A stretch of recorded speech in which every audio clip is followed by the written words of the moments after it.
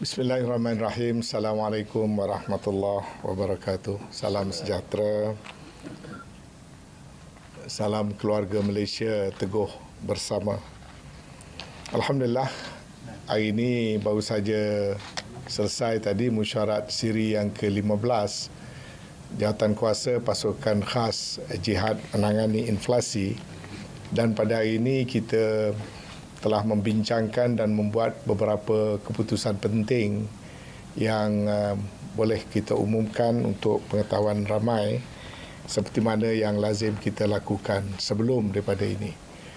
Jawatankuasa mengucapkan setinggi penghargaan dan terima kasih atas kerjasama semua kementerian-kementerian secara berterusan, dan seperti mana yang kita tegaskan sebelum pada ini, jawatankuasa kita ini bertindak sepasukan yang sangat memerlukan kepada kerjasama antara pelbagai agensi, berkongsi-kongsi maklumat, kemudian berbincang dan membuat ketetapan-ketetapan yang penting dalam usaha kita menangani inflasi dalam negara kita. Yang Berhormat Datuk Seri Mustafa Mohamed telah membuat pengumuman baru-baru ini tentang kedudukan inflasi serta perkara-perkara yang berkaitan dengannya, dan perkara itu telah dibincang lanjut untuk kita melihat kepada langkah-langkah yang sepatutnya boleh dilakukan oleh jawatankuasa kita secara berterusan berdasarkan kepada data dan juga temuan-temuan yang telah diumumkan oleh Datuk Seri Mustafa dan juga DOSEM khususnya berhubung dengan inflasi. Saya ingin menyebutkan sekali lagi bahawasanya tanda-tanda ataupun petanda berasaskan kepada kadar inflasi bulan ke bulan menunjukkan keberkesanan usaha-usaha yang telah kita lakukan. Sementara kadar inflasi berbanding dengan tempoh bulan yang sebelumnya pada tahun sebelumnya mencatatkan kenaikan, tapi yang pentingnya ialah kenaikan itu dalam keadaan terkawal dan mengekalkan kedudukan negara kita sebagai negara yang rendah inflasi. Dalam perbincangan kita tadi, suka saya nak memaklumkan, DOSEM telah memaklumkan secara lebih terperinci apakah antara komponen-komponen ataupun item yang berwajaran tinggi yang menyumbang kepada faktor inflasi bagi negara kita, dan kita bersetuju tadi, jawatankuasa bersetuju untuk kita mengambil langkah-langkah proaktif melihat kepada setiap satu yang menyumbang kepada inflasi supaya ada langkah-langkah tindakan-tindakan susulan dan awalan yang kita lakukan secara berterusan. Sebagai contoh misalnya, di antara 15 item yang berwajaran tinggi menyumbang kepada inflasi mengikut selidikan yang telah dibuat, pertama adalah bayaran sewa rumah teres, petrol tanpa pelambam RON 95, bayaran sewa rumah sesebuah, bil elektrik, kos bagi nasi campur, kad prabayar, rokok, bayaran sewa rumah-rumah pangsa, makanan berasaskan mi, langganan Astro, bayaran sewa rumah pangsa puri, bayaran sewa rumah kondominium, harga ayam goreng, harga ayam segar, insurans kenderaan. Mengikut laporan, ini antara 15 perbelanjaan yang mempunyai wajaran tertinggi. Jadi apa yang akan dilihat seterusnya ialah urustia dan DOSEM akan melihat kepada aspek-aspek ini dan menggariskan apakah tindakan-tindakan yang mungkin dilakukan, termasuk tindakan yang bersifat advokasi dan juga tindakan-tindakan yang lain. Dalam kata lain, jawatankuasa perlu mula memperluaskan peranan kita selain daripada menumpukan pada harga beberapa barang makanan yang tertentu, kerana laporan menunjukkan selain daripada kos barang makanan, kos yang terkait dengan pengangkutan dan kos yang berkaitan dengan perumahan adalah antara kos yang menyumbang kepada inflasi. Jadi banyak kerja yang boleh kita lakukan dan kita akan lakukan supaya keberkesanan jawatan kuasa kita ini terus dapat dipertingkatkan. Selepas ini saya minta mungkin Datuk Mustafa boleh menambah perkara-perkara yang berkaitan dengan inflasi. Sementara itu, ada dua pengumuman yang saya kira penting bagi pihak jawatan kuasa untuk kita melakukan apa yang kita lakukan pada hari ini. Yang pertamanya adalah berhubung dengan penetapan harga ceiling bagi minyak masak. Harga ceiling seperti mana yang kita telah putuskan sebelum pada ini telah ditetapkan bagi minyak 5 kg, telah ditetapkan pada harga RM34.70 berdasarkan pada kaedah-kaedah menghitung yang tertentu.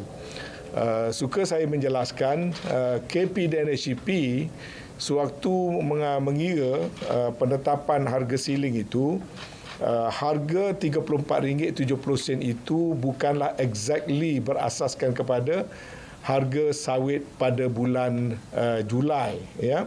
Kerana kita memahami terdapat stok lama yang dibeli pada harga yang lebih tinggi, maka harga RM34.70 itu sudah termasuk satu premium khusus lebih kurang RM2 yang kita berikan kepada penjual-penjual supaya mereka tidak dapat membuat proses peralihan setelah harga minyak sawit telah turun dengan agak banyak daripada bulan sebelumnya, ya.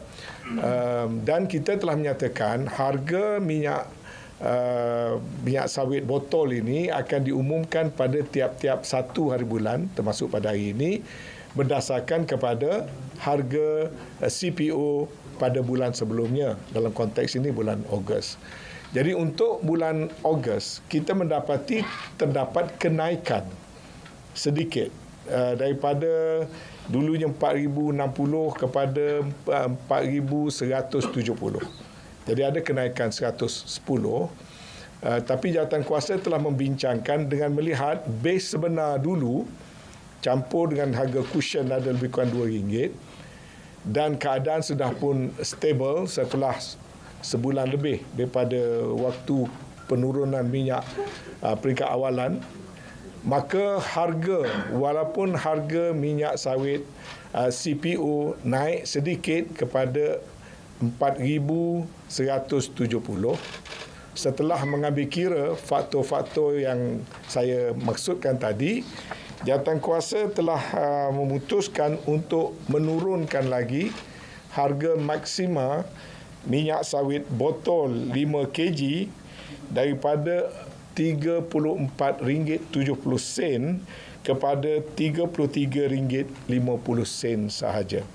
Ya, walaupun CPO naik sedikit, kita menurunkan kira-kira RM1.20 lagi, menjadikan harga yang diperlakukan sebanyak RM33.50, dan ini berkuat kuasa pada 8 hari bulan September sehinggalah 7 hari bulan Oktober 2022. Manakala harga minyak masak bagi 3 kg akan diturunkan daripada RM21.70 kepada RM21.10. 2 kg diturunkan daripada RM14.70 kepada RM14.30, dan harga minyak 1 kg daripada RM7.70 kepada RM7.50, ya. Nah, ini yang dikira berasaskan CPO pada harga RM4,169 satu metrik tan, ya. Dan saya harap tidak timbul kekeliruan, walaupun harga minyak sawit naik sedikit, computation harga mengambil kira RM2 cushion yang telah diberikan sebelum daripada ini untuk peristiaran kali pertama, memberi ruang untuk pekedai-pekedai membuat adjustment, dan kita berpuas hati dengan syur yang dikemukakan oleh KP dan HCP, harga minyak boleh terus diturunkan. Dan tadilah harga-harga yang telah kita persetujui peringkat jawatan kuasa untuk mula berkuat kuasa pada 8 hari bulan September sehingga 7 hari bulan Oktober. Satu perkara lagi yang ingin kita buat pengumuman bagi pihak jawatankuasa,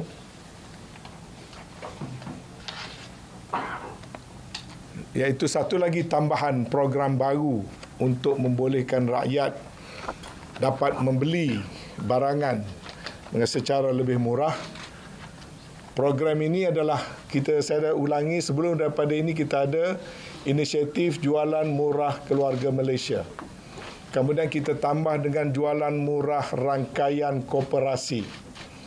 Kemudian kita ada jualan murah at campus yang kita tambah. Dan hari ini kita akan mengumumkan bermula pada hari Sabtu yang akan datang ini, jualan murah keluarga Malaysia at di Dagang, yakni satu program memberikan diskaun pembelian yang dibuat secara talian yang dikendalikan oleh Malaysia Digital Economy Corporation, MDEC, dengan kerjasama platform-platform yang telah dipilih.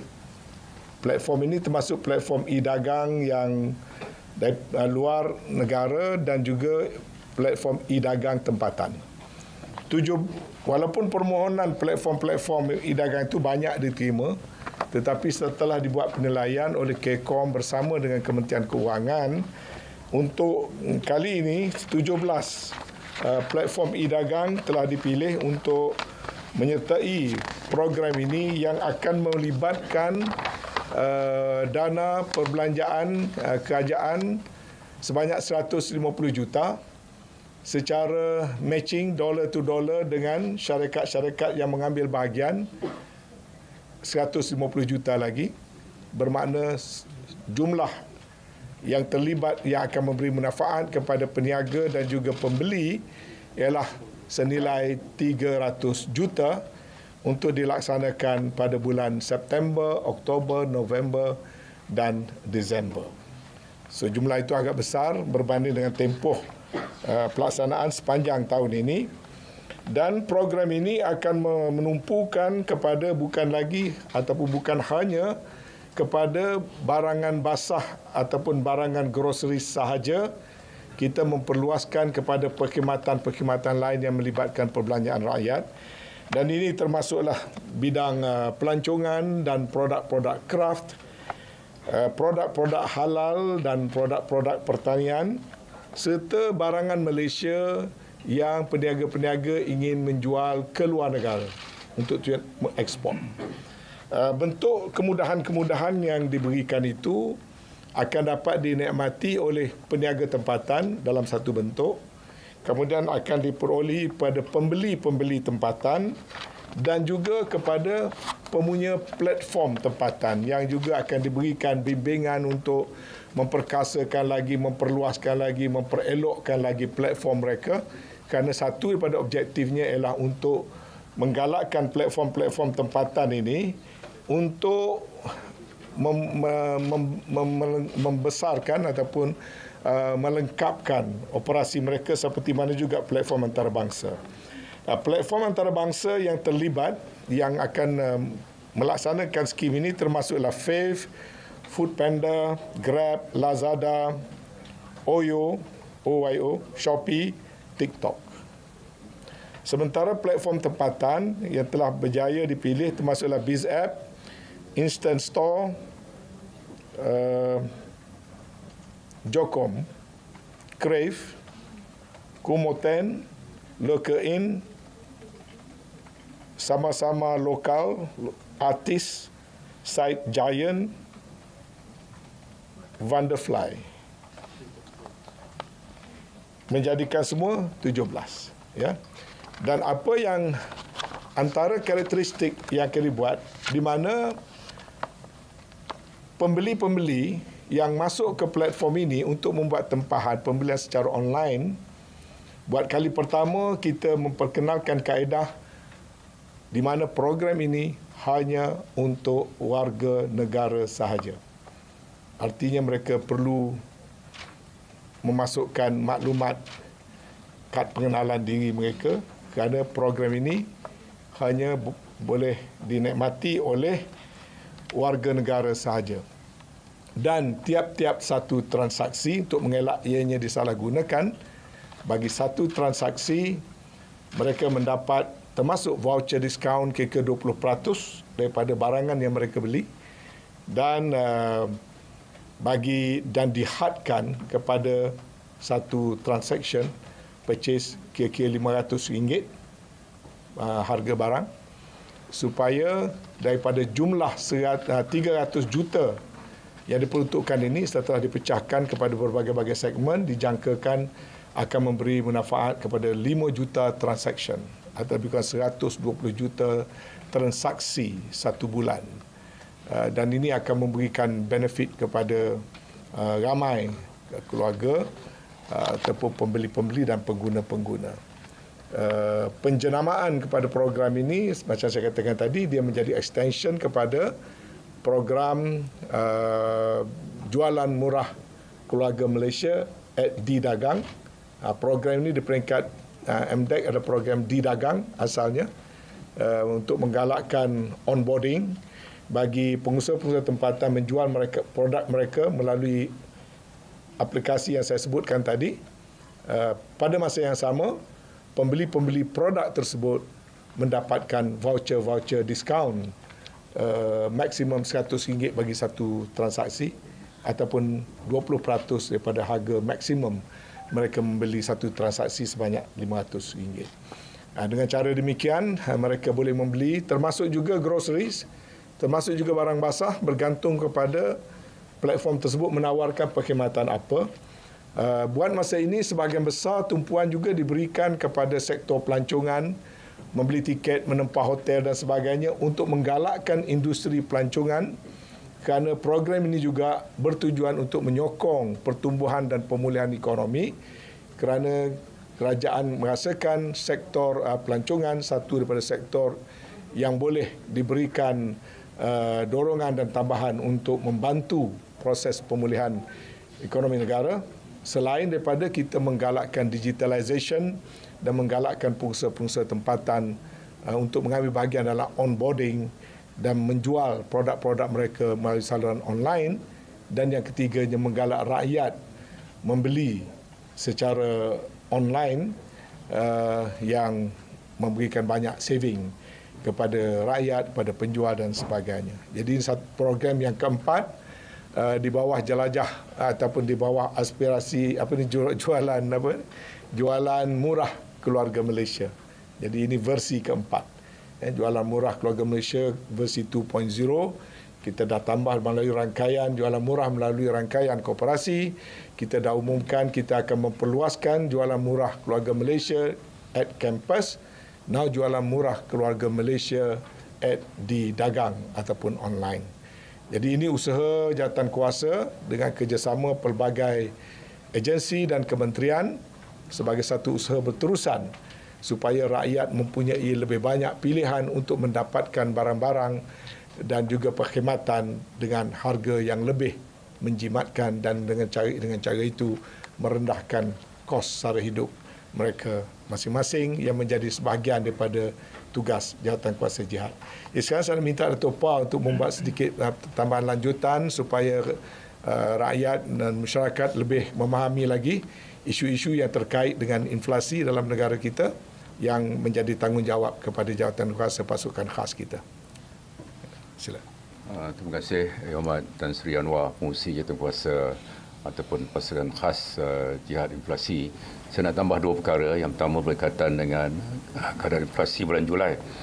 Pertamanya, seperti disebut tadi, pada bulan Julai berbanding bulan Jun, kenaikan bulanan menyederhana sedikit. Bulan Julai kenaikannya 0.4%, bulan Jun ialah 0.6%. Jadi menyederhana sedikit. Dalam pada itu, kadar inflasi kalau dibanding Julai tahun ini dengan Julai tahun lepas ialah 4.4%, tetapi menyederhana. Dan tadi kita bincangkan tiga perkara yang menyumbang kira-kira 70% kepada wajaran inflasi. Yang tinggi ialah makanan, iaitu kira-kira 29.5% makanan dan minuman. Yang kedua, tinggi ialah perumahan, air dan charge elektrik dan gas 23.8%. Yang tiga adalah pengangkutan, iaitu 14.6%. Jadi campur tiga perkara ini, ia menyumbang kira-kira 70% kepada corak belanja isu rumah. Jadi Jabatan Perangkaan setiap bulan mengutip 552 harga barang seluruh negara.